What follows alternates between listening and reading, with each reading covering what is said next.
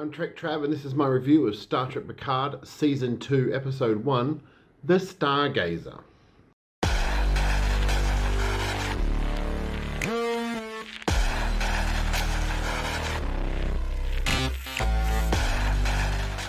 So we open up with a battle sequence. We don't know what's going on. There's people running through a Starfleet ship.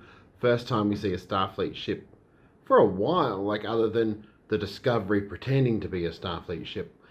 And basically it turns into them running onto the bridge, and we see Picard and we see Seven and we see them all.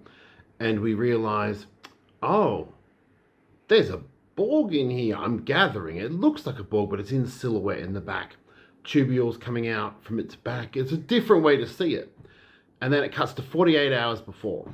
We cut to 48 hours before. We're on the vineyard. Picard's there. He's picking grapes. Looks lovely.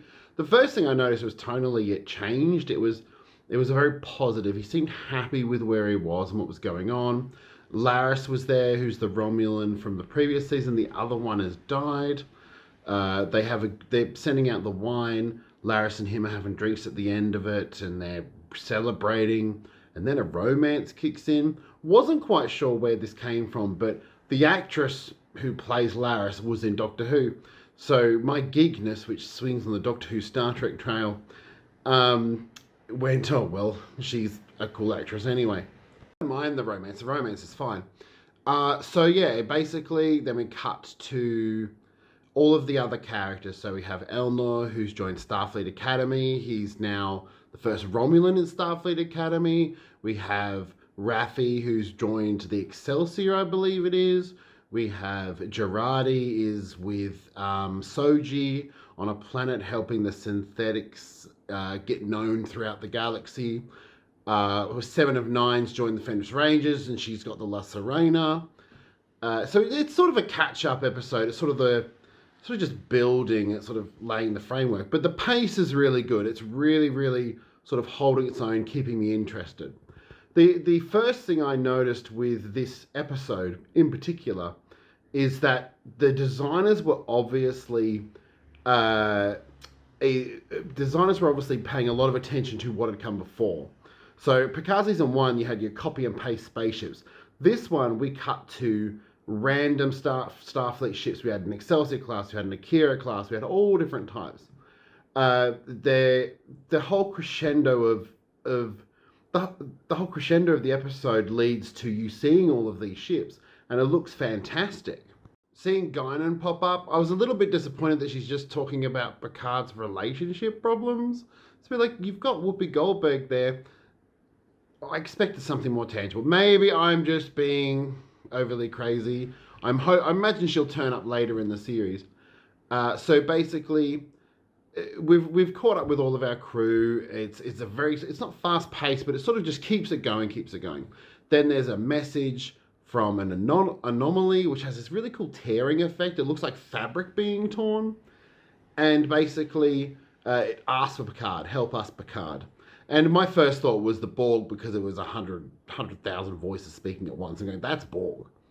And then that message is relayed to Picard, and Picard ends up going onto the Stargazer, which is Rios's new ship. And I thought that was a nice little nod. The ship looks really good. Like, I was a little bit like, oh, this bridge has been made on the cheap. It's a bit small. But then I thought, look, they're trying to show advancement by having less stuff. It was a damn good episode. So obviously it bottlenecks back into that first few minutes of the episode where the Borg is on there and stuff like that. It played really, really well. The Borg are there. Picard announces that he's going to set off the auto-destruct. There's a bit of hesitancy, but he does it, unlike First Contact. And then it goes white and cuts to Picard lying on the floor of his chateau. And obviously, so there's been flashbacks of his mum throughout the episode. And it's kind of hinted that this is going to play a bigger role. It's all about time. They're talking about time. And it's an interesting placeholder. But he's in the chateau. He's in this glass building. He gets up. He notices slight things have changed. We get a picture of him in a militaristic outfit. We get his badge has changed. and basically it's a bit off. And then we just hear the voice of 1,000 angels, and whenever you hear it, you're just like, oh, okay, now it's going to get good. John Delancey pops back as Q, looking young. The CGI was only there for 2 seconds. It didn't look great, but he snaps his fingers, and suddenly he is Q again, and he's menacing but also delightful. Picard's look of I just can't be fucked is exactly how I feel when I turn up to work every morning and you see the people that really irritate you. So I related quite a bit to that. And yeah, it was a damn good episode. It was a good start to the second season, and I hope that they can hold it back.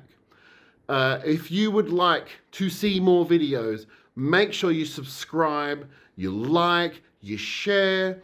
I am going to try and do every episode the day after it airs. Obviously, these ones are going to be late. Hope to see you soon on TrekTrav or TrekTrav, one of those. Thank you very much.